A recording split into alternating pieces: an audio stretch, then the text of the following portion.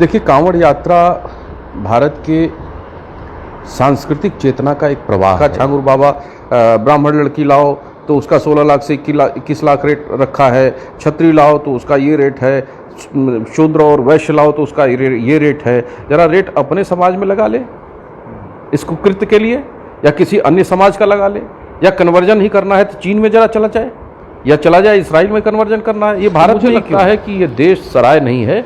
रोहिंग्याओं और घुसपैठियों के बल पर इस लोकतंत्र को जिंदा नहीं रखा जा सकता। अगर उसी पर चलना है तो ये देश गुलाम हो जाएगा फिर।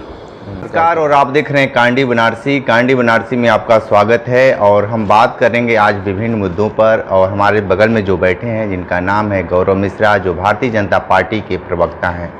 बिहार और जिस तरीके से धर्म परिवर्तन और कांवर जिस तरीके से लगातार सुर्खियों में लगातार इनकी खबरें चल रही हैं, और सीधे तौर पे हम बात करेंगे पहले कि सावन का माह चल रहा है और जिस तरीके से कांवरियों का जो देखा जा रहा है, आए दिन कोई न कोई मसला को लेकर आए दिन विवाद होता जा रहा है।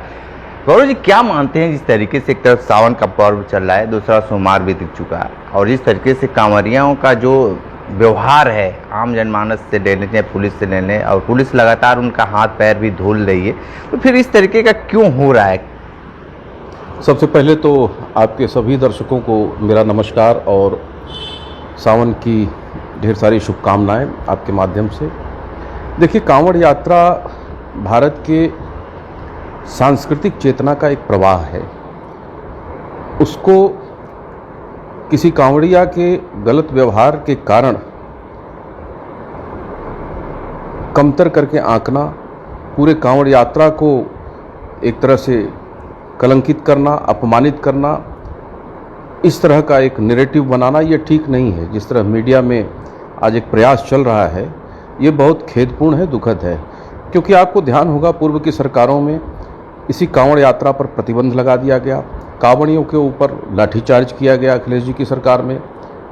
तो आज एक ऐसी सरकार है कि कांवड़ियों पर पुष्प वर्षा कर रही है। और जब हमारी नई पीढ़ी हमारी सांस्कृतिक और धार्मिक विरासत को नहीं संभालेगी तो कौन संभालेगा? और स्वाभाविक है, जब इतनी बड़ी संख्या में लोग आस्था से, भाव से सावन के महीने में बाबा विश्वनाथ के दर्शन करते हैं, शिव के दर्शन करते हैं, जल चढ़ाते हैं, और एक स्थान से दूसरे स्थान तक जल ले जाने की जो ये संकल्प की जो कठिन यात्रा है, ये मुझे लगता है कि इसमें किसी भी प्रकार का प्रदूषण करना वो उचित नहीं है। और जो असामाजिक तत्व इस यात्रा में शामिल हो जाते हैं, ऐसा नहीं कि उनके ऊपर पुलिस बल का प्रयोग नहीं होता है या पुलिस उनके ऊपर कार्रवाई नहीं करती है। बहुत से इस तरह के भी असामाजिक तत्व हैं जो कांवड़ के भेष में आ जाते हैं, चाहे वो राजनीतिक पूर्वाग्रह से ही ग्रसित क्यों ना हो। उन्हें कांवड़ यात्रा को कलंकित करना है, अपमानित करना है, लोगों के अंदर एक नेगेटिव नकारात्मक मैसेज जाए, उसका एक माहौल खड़ा करना है। उस दृष्टि से जो इस तरह का काम करते हैं उसके खिलाफ पुलिस कार्रवाई करती है। लेकिन मुझे लगता है कि कांवड़ यात्रा अपने आप में एक पवित्र यात्रा है और इसका महिमा मंडन होना ही चाहिए। और बहुत सरकार हर कदम पर कांवड़ियों के साथ है, उनके पांव पखारने तक की बात आई है सामने, वीडियो भी आए हैं सामने। लेकिन मुझे लगता है वर्दी में उस स्तर तक नहीं जाना चाहिए। लेकिन कांवड़ियों के प्रति जो सरकार अधिक से अधिक कर सकती है, उनके सुख और सुविधा और एक सुरक्षित यात्रा के लिए वो संपूर्ण प्रयास सरकार कर रही है। एक उत्तर प्रदेश में धर्म परिवर्तन का मामला लगातार तेजी से देखा जा रहा है, आए दिन उसका खुलासा भी हो रहा है पुलिस द्वारा। क्या इस तरीके से जो धर्म परिवर्तन का जो मामला चला, चाहे छांगुर हो गए, चाहे आपका नया मामला जो आगरा साइड में हुआ है, तो क्या मानते हैं इसको लेकर? देखिए, धर्म परिवर्तन विशेष रूप से हिंदुओं का धर्म परिवर्तन भारत की बहुत पुरानी, सदियों पुरानी समस्या है। 11वीं शताब्दी से ये शुरू हुआ। गजनवी, गौरी, बलबन, मोहम्मद खिलजी, या फिर आप आइए औरंगजेब, अकबर, बाबर, मीरबाकी, ये सारे एक लंबी फहरिस्त है जिन लोगों ने बलपूर्वक हिंदुओं का कन्वर्जन इस्लाम में कराया। या फिर आप ब्रिटिशर्स के कालखंड में आप आइए तो मिशनरीज़ के माध्यम से हिंदुओं को ईसाई धर्म में कन्वर्ट कराना, आज भी आदिवासी क्षेत्र में ये कार्यरत हैं। और ख़ास तौर से यूपीए के सरकार में तो बहुत बड़े पैमाने पर कन्वर्जन हुआ। तो आज जिस तरह से हिंदू समाज वल्नरेबल अवस्था में पहुंच गया है। एक बहुत ही आप उसको कह सकते हैं कि खतरनाक अवस्था है, जिसमें हिंदू समाज को टारगेट किया जा रहा है और विशेष रूप से हिंदू समाज की जो जातिगत फैब्रिक, वर्ण व्यवस्था की फैब्रिक, सामाजिक फैब्रिक, सांस्कृतिक फैब्रिक है, उसको कैसे खत्म किया जाए। जिस तरह से आपने देखा छांगुर बाबा ब्राह्मण लड़की लाओ तो उसका 16 लाख से 21 लाख रेट रखा है, छत्री लाओ तो उसका ये रेट है, शूद्र और वैश्य लाओ तो उसका ये रेट है। जरा रेट अपने समाज में लगा ले इस कुकृत्य के लिए, या किसी अन्य समाज का लगा ले, या कन्वर्जन ही करना है तो चीन में जरा चला जाए, या चला जाए इसराइल में कन्वर्जन करना है। ये भारत में ही क्यों, भारत में ये खुली छूट क्यों मिलती है। और अगर इस पर प्रतिबंध लगाने का कोई सरकार कार्य कर रही है, और भारतीय जनता पार्टी की सरकार, पूज्य योगी आदित्यनाथ जी की सरकार, जिन्होंने बहुत कड़ाई से इस समस्या को न सिर्फ समझा बल्कि 2020 में कानून भी बनाया, और उस कानून में और कड़े प्रतिबंध 2023 में लागू किए गए, और बावजूद उसके ये खुला खेल इनका चल रहा है। और ये अपराधी हैं। देखिए, अपराधी अपने अपराध से बाज नहीं आता है। कानून कोई भी बनता है तो उसका समानांतर एक दूसरा रास्ता वो बनाता है, सुरक्षित रास्ता बनाता है। उसके लिए उन सारे लोगों को अपने साथ जोड़ने का प्रयास करता है जिससे उसके ऊपर उंगली ना उठे। लेकिन अंततः पाप तो पाप ही होता है, उसको उजागर होना ही होता है। और वैसे ही ये भी उजागर हुआ, और उजागर हुआ तो कार्रवाई बड़े पैमाने पर चल रही है। आप मेरठ का मामला देखिए, कलीम सिद्दीकी का 11 लोगों को उसमें उम्र कैद की सज़ा हुई। अभी कल आपने देखा आगरा में किस तरीके से कन्वर्जन का खेल चल रहा था। तो ये हिंदू समाज की बेटियों को ये पथभ्रष्ट करने का, उनको मोह जाल में, प्रेम पाश में फंसाने का, प्रलोभन देने का, और एक बार अगर वो उनके झांसे में आ गई तो उसके बाद उनके साथ ब्लैकमेलिंग चालू होती है, उनको धर्म परिवर्तन के लिए मजबूर किया जाता है। तो इस तरह का जो खेल चल रहा है, इसको ये एक सिर्फ सरकार ही इसके लिए जिम्मेदार नहीं है कि इसको रोके, इसको सामाजिक स्तर पर भी इस लड़ाई को लड़नी पड़ेगी। हर प्रत्येक व्यक्ति को इस लड़ाई को लड़ना पड़ेगा। और मुझे लगता है कि इसमें सबसे ज़्यादा खतरनाक स्थिति में सिर्फ और सिर्फ सनातनी हिंदू समाज है, और कोई समाज नहीं है।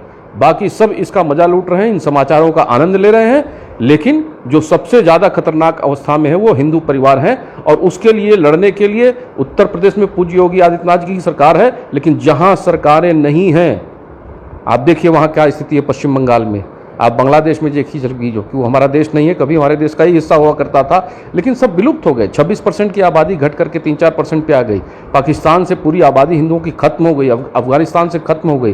तो क्या चाहते हैं हम अपने अस्तित्व को? ये तो अस्तित्व के रक्षा की लड़ाई है, ये पूरे हिंदू समाज के अस्तित्व की रक्षा का संघर्ष है, जिसमें उत्तर प्रदेश की सरकार और भाजपा की वो सारी सरकारें खड़ी हैं हिंदू समाज के साथ, और कानून के स्तर पर और सामाजिक स्तर पर भी हर तरह से लड़ने के लिए हम लोग संगठनात्मक स्तर पर तैयार हैं। इसको एक बात बताइए कि बिहार की राजनीतिक सियासत तेज हो चुका है, जिस तरीके से वोट लिस्ट को लेकर जिस तरीके से बवाल मचा हुआ है, सरकार के क्या रुख है वोट लिस्ट को लेकर? लगातार विपक्ष बिहार के, चाहे इंडिया गठबंधन, लगातार उसका विरोध भी कर रहा है। देखिए, 2004 में जब यूपीए की सरकार बनी थी तो बहुत सारे क्षेत्रों में कांग्रेस पार्टी बहुत कम मतों से पीछे रह गई थी, हार गई थी। उस समय एक यूनानिमसली उनके थिंक टैंक ने ये योजना बनाई कि वहाँ पर अपने वोटर की संख्या बढ़ाई जाए, उनकी आबादी बढ़ाई जाए, पॉपुलेशन बढ़ाया जाए। तो आपने देखा होगा कि 2003 के बाद इस तरह का SIR हुआ ही नहीं। और बिहार में जो सीमांचल के हिस्से हैं, उन हिस्सों में बहुत बड़े पैमाने पर बांग्लादेश और रोहिंग्याओं को ला करके बसा दिया गया। यहाँ तक कि जो बूथ हैं, बूथों पर मुस्लिम वोट की आबादी 250-250% तक बढ़ी, और एक औसत तो 170%, 175% तो सभी बूथों पर बढ़ गई। वहीं हिंदू आबादी 10 से 12% मात्र बढ़ी, जबकि पलायन बिहार में होता रहा। दूसरे प्रदेशों में लोग जाकर के नौकरी और रोजगार के सिलसिले में बस गए, वहाँ के वोटर लिस्ट में आ गए, वहाँ के वोटर बन गए, परमानेंट निवासी बन गए। बावजूद उसके एक समाज की, एक संप्रदाय की आबादी बढ़ती चली जा रही है। और उसमें भी आप देखिए 35 लाख प्राथमिक प्रथम दृष्टया जो रिपोर्ट आई, उसमें 35 लाख में 12 लाख तो मर चुके हैं। वो वोटर आज हैं ही नहीं इस धरती पर, लेकिन उनका वोट पड़ रहा है।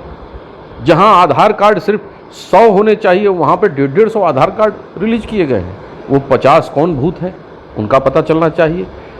कई लाख लोग ऐसे हैं जिनके डुप्लीकेट नाम है, दूसरे जगह भी वोट दे रहे हैं, वहाँ भी वोट दे रहे हैं। तो इनका सत्यापन होना चाहिए। इसके अलावा जो बीएलओ जा रहे हैं घरों का सत्यापन करने, उन एड्रेस का पता ही नहीं है, कहाँ है ये वोटर, नाम भी डमी, पता भी डमी, और सब कुछ एक झूठ का ऐसा खेल चल रहा है। तो मुझे लगता है कि ये देश सराय नहीं है। रोहिंग्याओं और घुसपैठियों के बल पर इस लोकतंत्र को जिंदा नहीं रखा जा सकता। अगर उसी पर चलना है तो ये देश गुलाम हो जाएगा फिर, और वही कांग्रेस पार्टी चाहती है और विपक्ष चाहता है, क्योंकि उनको इस देश से लगाव है ही नहीं। ये उस लुटेरों की परंपरा से आते हैं, उन मुगलों और ब्रिटिशर्स की परंपरा से आते हैं जिन्होंने इस देश का बलात्कार किया है, लूटा है, काटा है, यहाँ के संसाधनों को उठा करके ले गए हैं, इस देश की जीडीपी को बर्बाद किया है। और जितना मुगलों और ब्रिटिशर्स ने नहीं बर्बाद किया, उससे ज़्यादा कांग्रेस की सरकारों ने बर्बाद किया है, लूटा है। तो इनकी नीयत इस देश को खत्म करने की है, इसके फैब्रिक को तोड़ने की है, राज्यों को अलग अलग देश बना देने की है। इसलिए उनकी मंशा है कि इस तरह के अवैध घुसपैठियों को वोटर लिस्ट में रखा जाए, जिससे उनकी राजनीतिक रोटी चलती रहे, उनकी दुकान चलती रहे। लेकिन अब देश में एक सजग सरकार है और चुनाव आयोग तो स्वायत्त संस्था है, और इस विषय पर नैतिक रूप से किसी को बल नहीं है बोलने का। फिर भी किस तरह से चुनाव आयोग का दुरुपयोग कांग्रेस पार्टी करती रही। सोनिया गांधी पता नहीं किस हैसियत से नवीन चावला को चीफ इलेक्शन कमिश्नर बना दी, उस पर किसी ने आपत्ति नहीं उठाई। लेकिन आज चुनाव आयोग को कटघरे में खड़ा किया जा रहा है, हार का डर सता रहा है इन लोगों को। तो अच्छा है, देश का जिसमें भविष्य जीवित रहे उसके लिए इस तरह के प्रयास बहुत सराहनीय है, और जो भी संस्था करे उसका स्वागत करना चाहिए। बिल्कुल। तो आप सुन रहे थे गौरव मिश्रा जी, बहुत सारी बात बताए हैं, जो जिस तरीके से उत्तर प्रदेश में जो धर्म परिवर्तन या कांवड़ को लेकर अपनी बातें बताए हैं, विशेष इंटरव्यू कर रहे थे। तो हमारे साथ बने रहिए कांडी बनारसी के साथ। हमें दीजिए इजाज़त, नमस्कार।